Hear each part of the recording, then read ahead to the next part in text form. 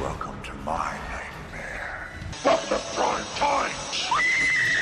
In this video, guys, I will be discussing my favorite guilty pleasure horror movies. And because I just love ranking things, like I just love saying this one is better than the other, I took my favorite top 10 and I will be ranking them. Guys, fair warning, okay? If you are unfamiliar with what guilty pleasure means, these are bad movies, terrible writing, horrid effects, bad acting, just low quality, just bad movies all around. But I love a mediocre horror movie. I love a bad horror movie. And honestly, I really love a mediocre bad action movie. But we're just here talking horror today. These are all movies that were not very well received, that most people consider just like they trash these movies, but I get some sick enjoyment out of them. Ultimately, a movie should entertain, and these 10 for me are highly entertaining. I did cheat a bit and I sprinkled in a few extra titles, but let's get into my top 10 guilty pleasure horror movies. And I had to narrow this down. Every movie on this list I have seen like 50, 100,000 times. That is really just the marker for me for how much I enjoy something, is how often I watch it. I am just so, you know what? I kind of feel like I have like an addictive personality because I will just binge stuff. If I find a favorite meal, favorite drink, I will gorge on it until the taste of it makes me sick. Like, and I do the same thing with movies. Like, I will watch the same thing. Y'all, just a few days ago, I saw the original Kurt Russell, The Thing. I saw it like 4 days in a row. Like, I will just get in moods where I will just watch the same thing over and over and over. But let's get right into our 10 guilty pleasure horror movies. And I really feel like my number one will be a bit surprising. Number 10, Death Note from 2017. Now, I only watched this because my little sister is obsessed with anime, and this is based off of an anime. So that's why I watched it, and I saw this. Y'all, this movie is bad. I went to my little sister like, oh, is this your king? Like, but according to my sister, this is like a terrible representation of the original anime. So I won't judge anime based off of Netflix's Death Note. Death Note is about an idiot kid who ends up with this book where you put someone's name in and they end up dead. He also has this nitwit girlfriend with a sudden bloodlust that just comes out of nowhere. Now, the lure of this book and the little demon thing that comes with it is interesting, but the way the entire plot plays out is a bit muddled and honestly nonsensical. Overall, the writing just feels sloppy. The characters do not feel very well thought out or fleshed out. This was one of those movies that just feels like a series of things happening. They just make stuff up as they go along. For example, the character of Elle, when I tell y'all they were literally making stuff up, they tell us, Elle, eat this candy because it'll make your mind sharp and you could stay up for 9,200 hours. What?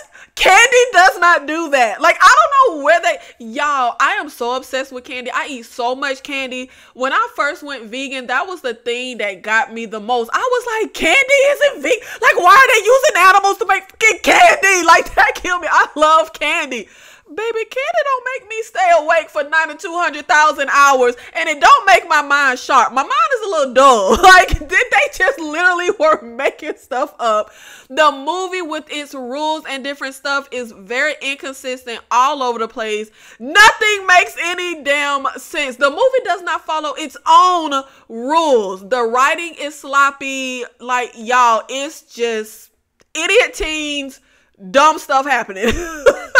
It's just freaking bad.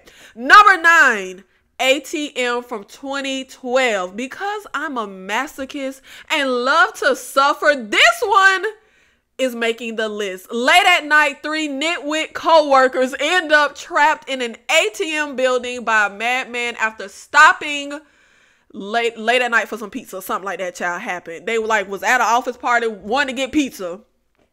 Talk about nonsensical writing. And unlikable characters, child. Watching this movie is literally painful. ATM just might be the most frustrating and annoying movie I have ever seen in my entire life. But I do get sick pleasure and enjoyment out of watching it. Every single thing the characters do are just dumb. It is really just the most idiotic story ever written in cinema history. The madman, for example, is supposed to be this mastermind where he has these drawn up plans of the ATM to the point that he knows the range and angles of the cameras, but he show up without no tools or weapons. Everything is stupid. Now, one thing I will give the movie is I do like when the girl is talking about random, violence or a series of random things and how we have this illusion of safety. I always say there's no such thing as a safe neighborhood. You can encounter danger anywhere. One of my favorite quotes, I want to say it's by Helen Keller, but don't quote me. I mean, quote me on the quote, but don't quote me on who the quote is from. I think it's Helen Keller. But she says, security is an illusion. It does not exist in nature, nor do the children of men experience it. So I really love that speech that the girl gives on that whole illusion of safety. And I feel like the idea of that and the idea of this movie, it could have been good, but baby, no, the execution, it wasn't actually good, but it could have been. I love an isolated location, as I always say. I even like the fact that the killer has no real motive, just a random act of violence, which, by the way, is another terrible movie that I enjoy. Random Acts of Violence from 2019 with Jordana Brewster. So check that out. But ATM is one of those movies that's a good idea in theory, but it really falls short. I am all for suspending some damn belief for a movie, but ATM takes it way too far. Everything is so contrived to the point that everybody's just stupid. Like this security guard that's in, y'all, okay, I don't get that in the way, but yeah. Number 8, Stay Out, Stay Alive from 2019. 5 friends camping discover gold in a hidden mine and slowly start to turn on each other. Typical Native American cursed land horror plot.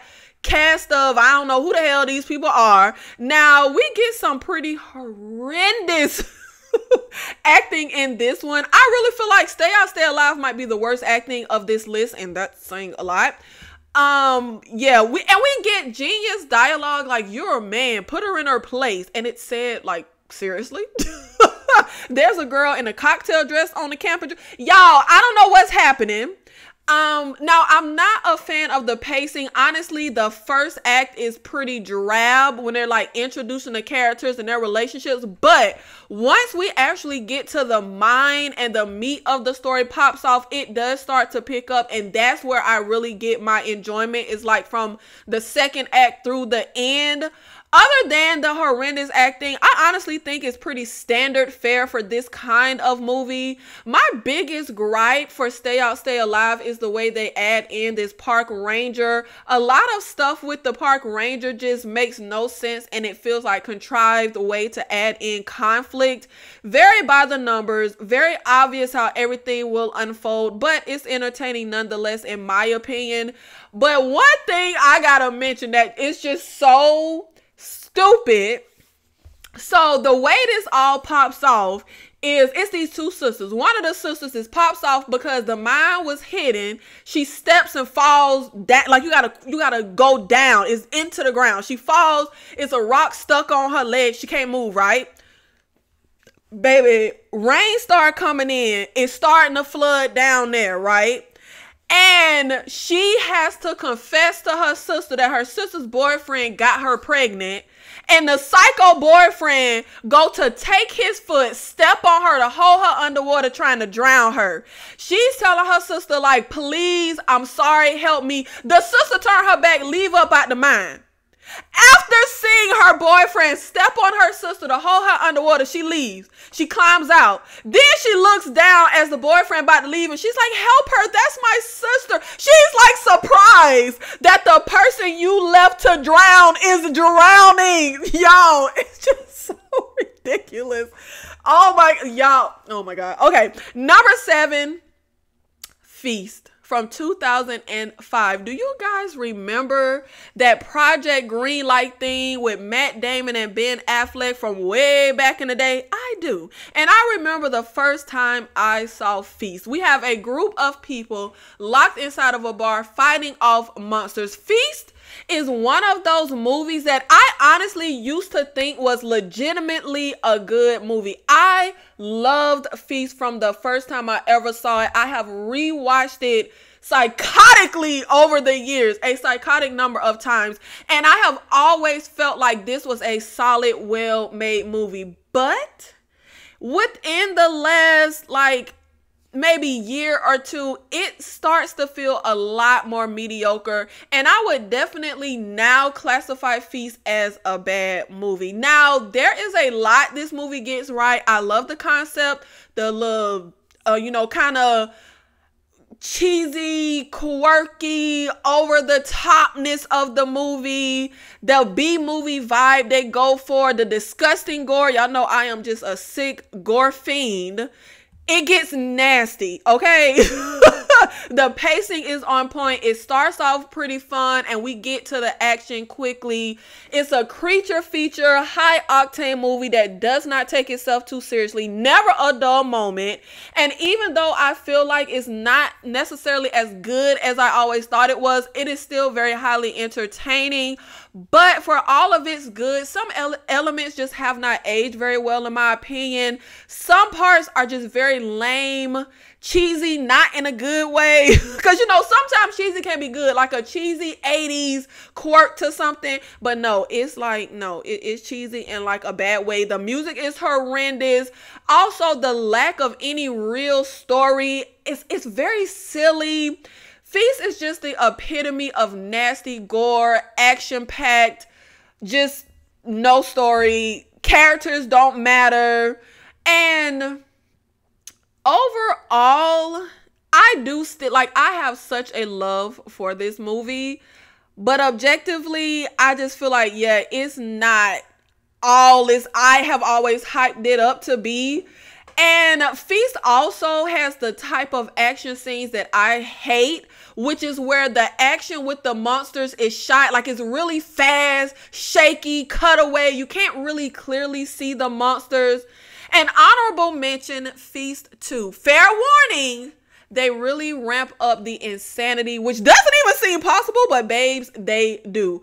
And I will say there is a scene in Feast 2 that I consider to be the greatest scene in cinema history. Comment below if you know the scene I'm referring to. The first time I ever saw that scene, I swear to God, I have never been so shocked and just laughing at the same time my entire life. The Feast movies, in my opinion, though, are not for everyone.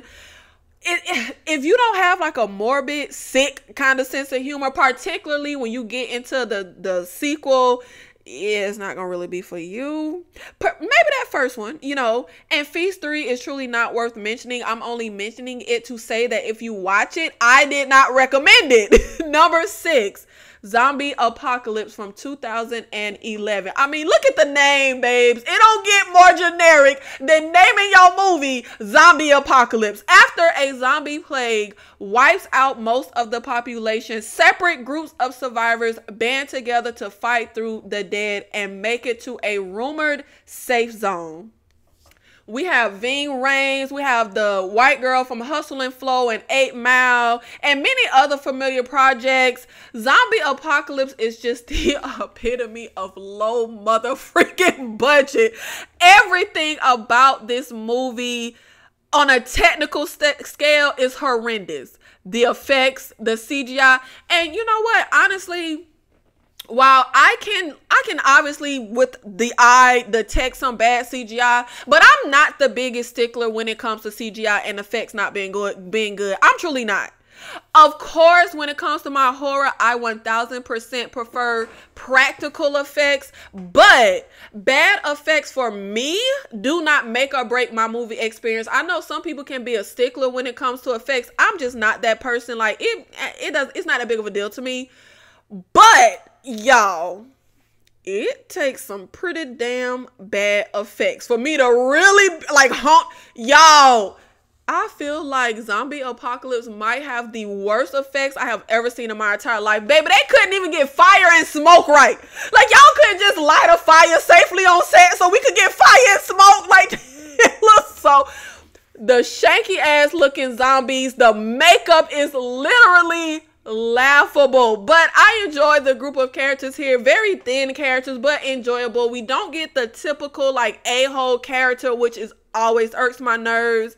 One character does annoy me, but it's not that dramatic. But it's just because she's like a really irksome, over-the-top damsel in distress character. All she do is stand around while everybody else fight and die. Just the run-of-the-mill zombie story. My biggest gripes are the fact that we talk about this runner zombie, which is supposed to be the most dangerous type, but we don't ever see it in the movie. I guess, you know, we couldn't get no extras that could really, you know, run, so we just couldn't get the runners. Number 5, Day of the Dead, 2008. A small town gets overrun by zombies. I don't really acknowledge this as a remake of the original Day of the Dead. I just take it as a standalone film. Y'all, what award should Ving Rhames receive for being on this list twice? He is the only actor on this list twice, and I feel like that really deserves something special. We also have Mina Savari, who I love from a few other bad movies. Hunt Club, which came out last year. Also the movie Locked In, which I really enjoyed. And the horror movie Don't Blink. Yo, this is my girl for a bad but entertaining movie. But most notably, you would know her from American Beauty and American Pie. We also have Nick Cannon and the girl that played Tony on Raising Kanan. I see you, white girl. Now, some better decisions. I actually think this could have been a solid zombie movie, but it's not. We have some fun gore. It's outlandish. The movie feels like it does not take itself too seriously. I mean, there's a vegetarian zombie. Unfortunately, everything with this movie feels generic. It feels very bargain brand production. Nothing special with the characters, but they're enjoyable. Solid acting for the most part. Some of the acting from a few people though feel a little over the top, but I actually enjoy the core group that we follow here. I didn't really care for Nick Cannon, but he's fine here. Like, I really have no issues with any of the characters that we follow. This is just pretty much a brainless, entertaining, fun way to kill a few hours. Mediocre effects, but the movie is gory and bloody. Now, I don't know why though. Some of the blood splatter look computer generated. Like, we couldn't just make up some blood. Like, y'all. I do not understand when you have to use computer generated blood. Like, that is just so strange to me. We get a scene as well with zombies burning in fire that looks so damn shanky. I mean, just horrendous visuals. But this is a list of bad movies. I will say though, the extras playing the zombies in this movie look like they were having the time of their life, which made them fun to watch. Number 4. Now, hear me out. Winnie the Pooh, Blood and Honey from 2023. After Christopher Robin abandons them for college, Pooh and Piglet turn their child. It's a child fairy tale gone wrong, okay? Everyone on the planet has trashed this movie. I first watched this like a month ago on Peacock, right? And I didn't care nothing about this movie when it came out, when I heard about it. Y'all, I am not exaggerating when I say I have literally just been watching horror and Sylvester Stallone and Arnold Schwarzenegger movies since I was like 2 years old. Like, I was not a kid into kid stuff other than like Ghost Rider. Okay, that was my ish. And Space Ghost Coast to Coast. That was my ish. But I really wasn't into like kiddie movies and kiddie stuff when I was a kid. I've never seen Winnie the Pooh. I've never seen Pocahontas. I've never seen The Little Mermaid, like, ever in life. I don't know. I have literally just been warped since I was a child. So I wasn't one of those people either offended that they were taking something like a child fairy tale and making it horror, and I was also not one of those people excited. I was just like, yeah, like, I'll see it because, you know, I like horror. So, but the way people were trashing it, I was like, okay, let me try and check this out. I didn't even expect to finish the movie. I thought I was just going to check it out, see what everybody been talking about, and turn it off. I thought it was going to be the worst thing I ever saw in my life. Y'all, I mother freaking love this movie from the first time I saw it. I watched this movie like 8 times in 4 weeks. Like, I'm not, it might have been more than that. I get so much enjoyment out of this dumbass movie. It is definitely as terrible as everyone says it is, but for me, it's so bad, it's good. And I actually like a lot of different concepts. Like, I like how it opens with the drawing, telling the story of Christopher and the animals. I like the scene when they have the drawing of Pooh and Piglet dragging Christopher away. But y'all, come on now. We have damn the Bear and Pig as men in Timbs with plastic masks from Party City. We have Pooh randomly drooling honey. Pooh and Piglet run one of the girls head over with a car in slow motion, popping her damn eyeball out. How is this not a good time for everybody watching? My favorite part of this movie, though, is the guy playing Christopher. Oh my God, that damn actor, I loved him. Every time he was screaming, Pooh, please, Piglet, please, please. Y'all, he was crying and yelling, please. So I was like, buddy, they not listening to you. Silly old bear. Silly old bear. It was just so, y'all, I love it. I love this stupid ass movie. Pooh randomly has like a long rope of hair just hanging on the wall ready to beat niggas ass with. Like, I don't know what was going. But y'all, one big moment that really freaking takes me over the top is we end up finding one of our friends beat the damn hell, chained up. And instead of untying her, we sit there for like 10 minutes asking her questions and interrogating her. It is so freaking stupid. Like, untie the girl. Like, and then after the movie tells us that Pooh and Piglet have rejected all things human to the point that they have vowed never to speak again, the chained up beat the hell girl is telling the other girls about how Pooh and Piglet was talking. Like, it didn't, y'all, nothing makes sense. And we have a point where Pooh's height literally changes. Hey, yo, what you been doing to them girls? Like, yo. I'm sorry. This movie is just so hilarious. Hey, yo, what you been doing to them girls? You can clearly see Pooh's height in correlation to the men who come to help. When Buddy hits him with the bat or whatever the hell, then suddenly Pooh is like 50 feet taller than the other guy. My nigga, Pooh, how you just grew? Like, y'all, this movie is just so unserious. It is so unserious. But then we get one of the greatest moments in cinematic history when Pooh ends up winding his hand all the way back and pimp slapping old girl. He slapped fire out that girl. Can you imagine getting pimp slapped by a damn bear man? Honestly, the only thing about Winnie the Pooh Blood and Honey that genuinely irks my soul is when Pooh goes to rip old girl's shirt off and exposes her breast before killing her. Like, okay, I guess this was for men. I guess the men enjoyed that, but that irks my nerves so mother freaking bad. It's not even funny. Like, what was that? What was that? I like to really sit with things. I don't like to just proclaim stuff that's very new, but I really feel like if I revisit this topic in a few years, Blood and Honey might be my number one. Like, I just saw this movie again this morning, y'all. Like, this is really turning into my comfort movie. Like, Seinfeld is my comfort TV show. Blood and Honey is really turning into my comfort horror movie. Like, I mark my words, I really feel like in 20 years, Blood and Honey will be a cult classic. Because this movie is so unserious. I genuinely feel like every movie on this list, I don't think the filmmakers went in like, oh, let's make a bad movie. Like, I genuinely feel like they were trying to, you know, make a movie. Blood and Honey, though, nah, them niggas was so unserious. Like, they were so unserious. I cannot, okay. Number 3, the Thaw from 2009. A research crew in the Arctic discovers a melting glacier that releases a deadly prehistoric parasite. We have Val Kilmer and we have Paige from The Last House on the Left remake. I really don't know none of the other folks. I feel like the Thaw is very effective for folks who hate bugs and any type of creepy crawly things. Even with the terrible effects, there are a few scenes that are honestly hard for me to watch and stomach because I mother freaking hate bugs. There's a scene where the little bug is like coming out the lady's forehead. Oh my God.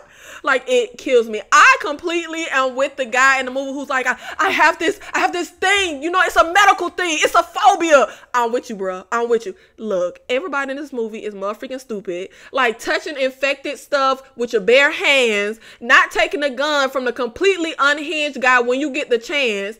Our main girl, extremely annoying.